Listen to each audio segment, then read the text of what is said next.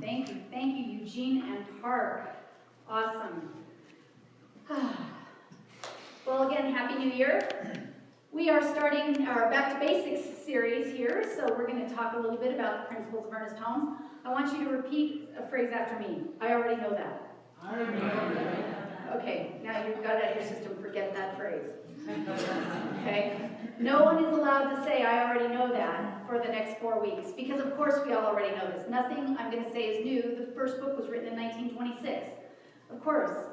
And yet, the beauty of the philosophy of science mind is that we get to continue to unpack it and unpeel it and look at it in new and different ways and find its deeper meaning in our lives and practice it at a new level and find the nuances on it. And I swear, I read that textbook. I have read that textbook a million times, and I always find a sentence in there that's like, I swear this wasn't here the last time I read it. When did he come back and write this? So we're going to go over the first 4 chapters of the Science Mind textbook. So for those of you who are either new to Science of Mind or don't know exactly what I'm talking about, this textbook is called The Science Mind. It was written by a man named Ernest Holmes. We talk a lot about him around here. Ernest was a man who was kind of a practical mystic. He studied a lot of different faith traditions. He couldn't quite buy into any of the traditional religions, although he felt good about all of them. He had no antagonism toward any of them. They didn't resonate with him.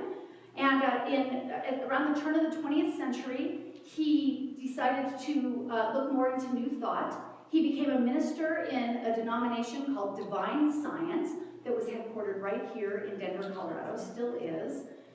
And then he continued to search and found his own path that he named religious science, or the science of mind. Interestingly, I know a lot of you come from Unity, and you've probably heard me say this before, but Unity, Divine Science, and Religious Science all had the same root. There was a teacher named Emma Curtis Hopkins, and at the very beginning of her career in the 1880s, she taught a couple named Charles and Myrtle Fillmore. The Fillmores went on to found Unity. Around the turn of the 20th century, she taught 2 cousins/friends, Melinda Kramer and Nona Brooks. They went on to found Divine Science. And her very last student before her death in 1925 was Ernest Holmes. And he went on to found religious science. But Ernest didn't want to start a church. He just wanted to teach these principles to the world. He started a teaching institute. He thought that every religion could learn these principles and that they had something to enlighten every religion, any of the different denominations within Christianity, Islam, Hinduism, Buddhism. He felt that the principles that he identified were universal.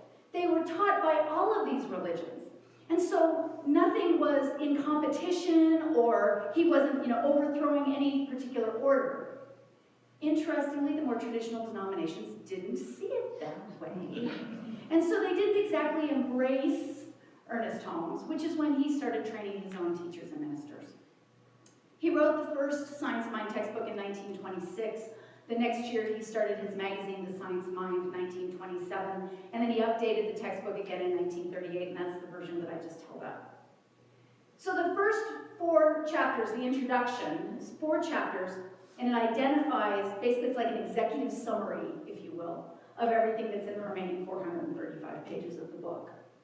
And so we're going to talk about the first one today, which is the thing itself. The thing itself. And in this chapter, Ernest Holmes identifies the nature of God. So, I want you guys to clear your mind of anything you think about God. Anything you might have been taught about God, anything that you have been, culturally indoctrinated with on God. God, first and foremost, is a principle. That's it. God is a principle. God is not a scary guy in the clouds who's waiting to judge us. God is not a person at all. God does not have human frailties. God doesn't deem things good or bad. That's a human construction. God is a principle. And that principle, furthermore, is good. Capital G, good. In almost every ancient language, good and God are similar in their spelling. So God is good. Okay,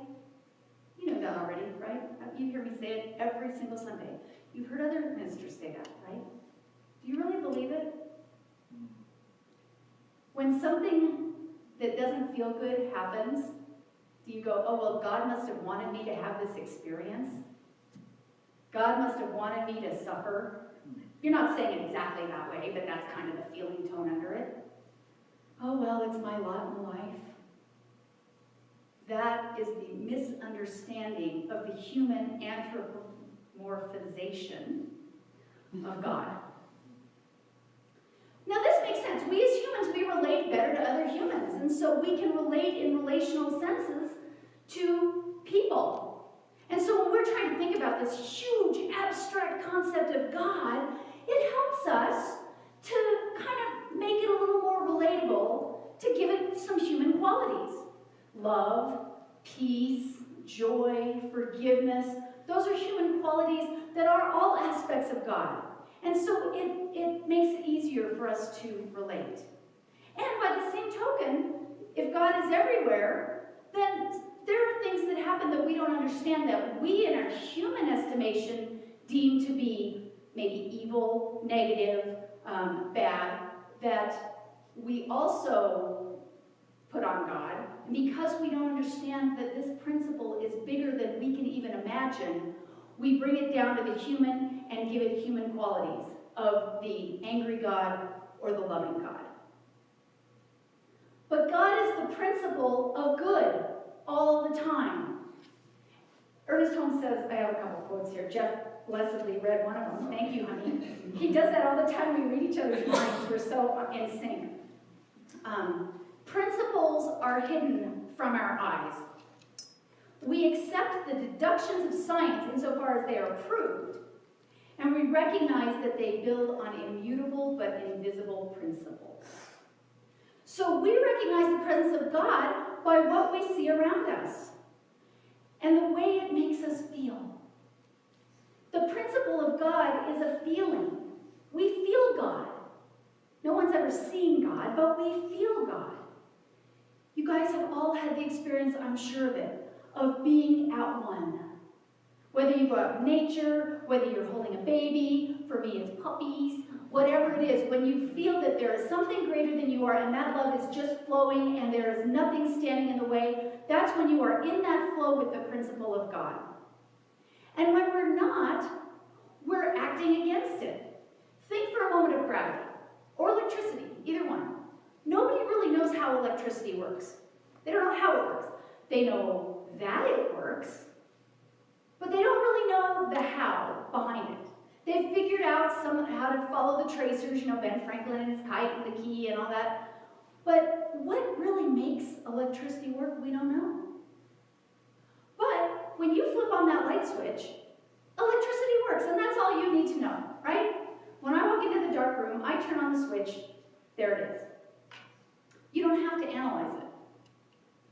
God is the same way. When we feel good, good comes to us. It's that simple. When we feel good, we attract good. That's part of the law of attraction. So God is this principle that is consistent. So why don't we see these results all the time? Because we don't operate with it. I mean, gravity is a beautiful thing. I'm standing here not floating up there because of gravity, right? If I were to go on top of this building and walk off the edge, it doesn't matter if I'm a good person or a bad person, I'm going to hit the ground. Right? So when we don't work with the principle, we find ourselves kind of sideways with it. And that's when we begin to believe in the judging God, that God is out to punish us. I call this Santa God. Santa God, the God that keeps the naughty on the nice list, but instead of presents, it's heaven or hell. So that is not how God works. Maybe that's how Santa works, although I just get presents all the time anyway, but that's not how God works. God is a principle. The next thing is that God works through law. So there's this principle, and it always works through these immutable laws, and you guys have probably heard a bunch of them lately. The law of attraction, law of circulation, law of cause and effect, or law of reciprocity is called both. All of these are aspects of the same law. And so when we operate within the natural world and within the natural laws, they things go smoothly. The problem is that we have fear. As humans, we have fear. And we're afraid that what if God doesn't work? What if I can't trust this? And in that fear, we want to see the proof first. There's a great story. Those of you who were in the Prosperity Plus class over the summer heard this, but I'm going to tell it again because it's a great story that Mary Morrissey tells about trying to cash a check. So a guy goes into a bank. He's got a check made out to him. He goes into a bank, and he says to the bank, I'd like to cash this check. And they say, okay, I need you to endorse the back. And he goes, no, I don't want to endorse the back. I don't want to give you my signature until I have the money. And the teller says, well, I can't give you the money until you give me your signature. And he says, I won't, just give me the money and then I'll sign the check. And the teller says, no, we can't do it that way, I'm sorry. And he's like, fine, I'll go take it to another bank. So he takes the check and he walks out and he goes to another bank and he puts it down and he says to the teller, I want to cash this check. And the teller says, okay, sir, I need you to endorse the back of the check. And he goes, I don't want to give you my signature until you give me the money. As soon as you give me the money, I promise I will give you my signature. And the teller says, we can't do it that way. That's not how it works. You need to sign the check first. And the man's frustrated, so he takes the check and he goes to bank after bank after bank after bank. Finally, he finds a young male teller, goes up to the guy and goes, look, I have tried every bank in town. I really need your help. I need this check cashed. I promise as soon as you give me the money, I will endorse the check. But I'm down on my knees begging. I need you to give me the money before I endorse the check. And the young teller goes, sir, I need you to endorse the check first. The man goes, what do I need to do? And the teller reaches across, smacks the guy upside the head and says, just sign the check. At which point the guy signs the check, the teller gives him the money and all is well. What is the law that's operating here? We want God to show us the results before we trust it. We want God to show us the results and then we say, okay, as soon as you give me $1 million, God, I'll believe that you're all powerful. As soon as I find my perfect relationship, I'll believe that love is all there is. As soon as I find my perfect work, I'll believe that I'm worthy of my perfect work. But we're writing a check that the universe can't cash. We're asking it to break the rules of the immutable laws of the universe for us. And then when it doesn't, we throw up our hands and go, see, God, this stuff doesn't work. There isn't a God. This stuff doesn't work. But it does work as predictably as gravity, as predictably as electricity when we work within it. That same beautiful electricity that powers your home, probably heats your home, that when you want to go and cook your food, you turn up the burner and it cooks your food, and now when the days are short, you turn on the light so that you can read. That same electricity can electrocute you if you use it wrong. But we've learned how to operate within the law for electricity, and so it works for us. We need to learn to operate within the law of God. So you'll hear us say things like, well, you need to embody it. You need to have a proper mental equivalent. All that boils down to is we need to believe that it's going to happen before it happens. And if we're staying back and going, okay, God, give me proof and then I'll believe it, we're writing a check the universe can't cash. We're wanting the results before we invest ourselves into it. That's basically the law. How many of you guys have seen the movie Finding Nemo? I know it's kind of old now, but those of you who have kids, grandkids, work kids, I love that movie. I love that movie. So my favorite line of is Dory is when she's like, just keep swimming, just keep swimming. Just, every challenge she faces, just keep swimming, just keep swimming. I think that is one of the most metaphysical movies ever. Think about the relationship of all the fish to the water. The water is a major character in this movie, and yet it doesn't have a name, it's never called out, nobody ever, addresses the water. And yet it is the water that supports everything else that happens in Finding Nemo. It's the current of the water that gets Nemo's father back to where Nemo needs to be. They ride the wave of it. It is the support of the water that brings all of the fish together. It is this thing that moves through them. They don't even recognize it. The fish don't even know it's there. But without it, they couldn't survive. That's the way God is. That's the way this principle of God is, and that's the way the law is. Those currents in water take those fish wherever they want to go. The whole thing starts with this horrible scene where what's the dad's name? Marlon, I think. His wife is eaten and all the eggs except for Nemo get eaten. That's also part of the law. Now, we may look at it with our human consciousness and go, that's terrible. That's a tragedy. Is it? Or is that just our limited perspective of it? And as we look at all of it in this wholeness and oneness, it's all part of how the law operates. And good always comes in the end. So yeah, I'm a sucker for happy endings because I believe that that is how it works. The last thing that I want to say, so God's a principle. It operates through the law. Our thought activates the law.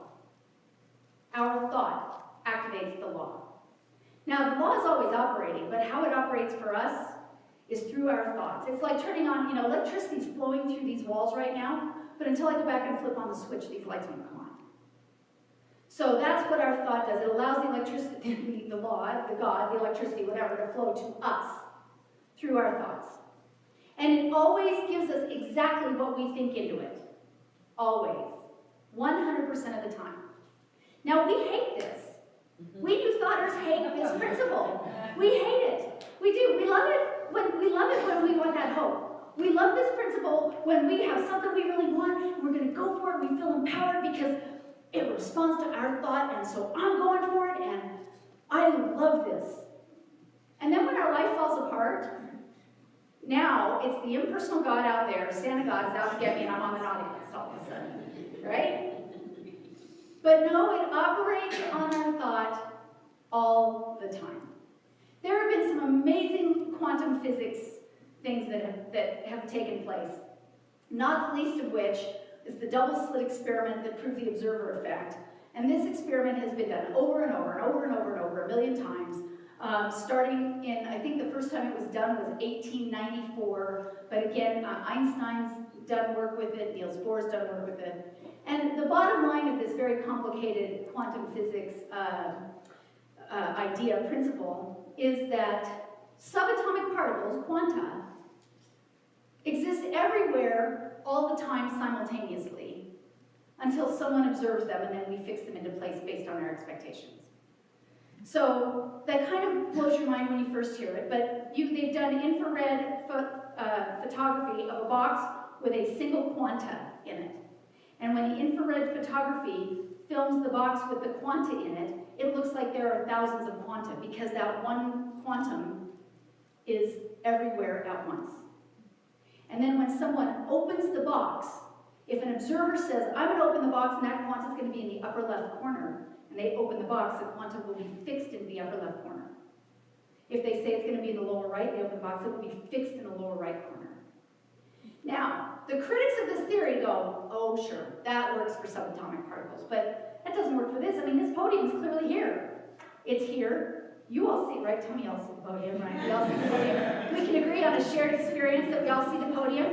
It's not moving around. If we all were to leave the room, let's say we all leave the room, and then after you guys all go home, Eugene and I are cleaning up, and we say, okay, we're going to go see where the podium is, and Eugene's going to say, I bet it's back in the back corner. And I say, no, I'm going to guess it's that corner. We open the door. It's still going to be sitting right there, right? So how do we rectify this idea of how quanta work with how our world works? Scientists have proven quanta move really fast. Boom, boom, boom, boom, they're everywhere. Once they become atoms and molecules and objects, they continue to move. The energy continues to vibrate. They just vibrate slowly enough that we can have a shared experience. So in the time that it takes Eugene and I to walk out and walk back in, this can't move that fast.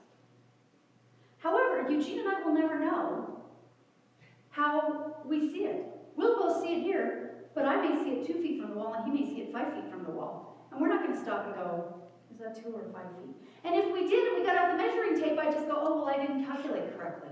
The thing I'm getting at here is that our perceptions, we have enough of a shared perception to be able to have a shared experience of the world. And yet, they are different enough that our expectations create what we see. Our thought activates the law. Our thought activates it. Our expectations bring us our experience. Have you ever had this with relationships? This is where it's the easiest to see. Where you are expecting someone to be upset with you. You feel guilty about something, you kind of feel a little bad about something, and so you kind of go up to someone and you feel a little guilty. They don't remember what you feel guilty about. But you're still kind of turned up and you go, "Hi Jeff, how are you doing?" And Jeff goes, "Good," and walks on. "Oh, he's mad at me. Oh, I knew he's mad at me over that." Really, Jeff's just, balancing his checkbook in his head and has no memory of what happened, or whatever. Have we all had this experience? That's where our thought activates the law. That's where we begin to create the reality around us based on our expectations. So, if we really believe that God is always good, always conspiring for our good, and if something happens that we don't deem good, if we can step back and say, "This feels icky." That's a technical term. "This feels icky." I call it the blue. But I'm going to have faith that there's a greater good happening here, because there's a principle at work that God is good. It's like there's an indoor skydiving place that I've been to once. So for a brief moment, I am suspending the law of gravity while I'm in the indoor skydiving place. Okay? But that doesn't mean that as soon as those blowers stop, that I have any expectation that I'm going to continue up there. So if we can say, okay, something that I deem bad has happened, but that's just suspending the law for a minute. I'm just floating for a minute, because I know that God is still good. The law still works. So if we can stay with that and keep our thoughts on that and not let our thoughts go to what all of that invokes. My mother was right. I'm not worthy. Nobody's ever going to love me. I can't find it. Jobs are hard to find. I don't have enough money. I never have enough money. Right? As soon as something shakes our faith, don't we go there? Okay. Thought activates the law. Like I said earlier, it doesn't matter if you're a good person or a bad person. You walk off the roof, you're going to hit the ground. Doesn't matter if those thoughts are good or bad, your thought activates those thoughts, or activates the law. So you need to keep your thoughts on the principle that God is good all the time. You can believe it. You can have faith in every major religion teaches us this. And if you begin to doubt, go do something that puts you in the flow. Go do something. If you're tired of sitting watching CNN, turn off the TV. If that doesn't make you feel good. Or turn on It's a Wonderful Life or, Dr. Seuss or something that makes you feel good. And then you'll remember the principle. God is the principle of good. It operates through law. Work with the law, not against it. And the thought activates the law. That's the thing itself. Let's pray.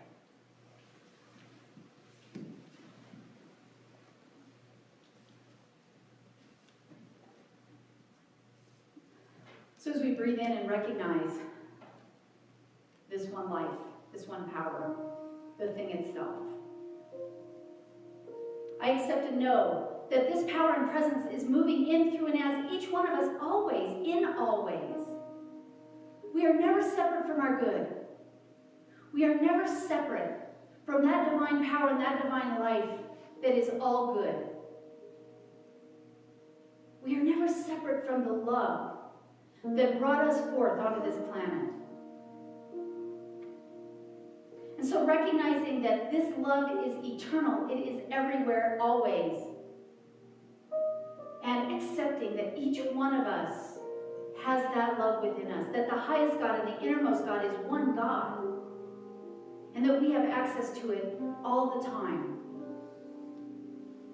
I just accept for each person present here that we are absolutely living in the flow of this divine law, in the flow of the divine spirit.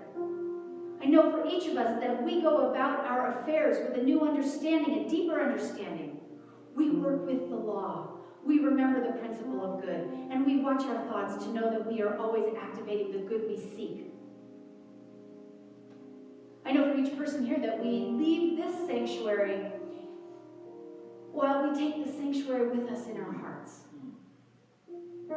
We keep it open throughout the week, recognizing that we always have access to that God life, that love. And so as we start this new year, I know for each one that this is a new you, a new start, a new understanding, a new way of operating in the world. And recognizing the God in each one of us, I just give grateful thanks for all of it. I give grateful thanks for these human divine beings, these divine human beings, here present and who are part of our community, who come together in spiritual community every week to express and experience more of this divine principle, to express and experience more of the love, the joy, the peace that is God. I give thanks for all of the laws and the law that operate impeccably. And truly I give thanks. I give thanks for the divine good, ever flowing, always expanding. And so from this place of gratitude, I just let go. I release these words into that law. I know that they are done because thought activates the law. So I know that they were done before I even spoke. I let them be. I let them be so, and I gratefully and graciously accept all of the good that flows to each one of us from this point forward. Knowing that all is well, I let it be so. Please join me in saying, and so it is.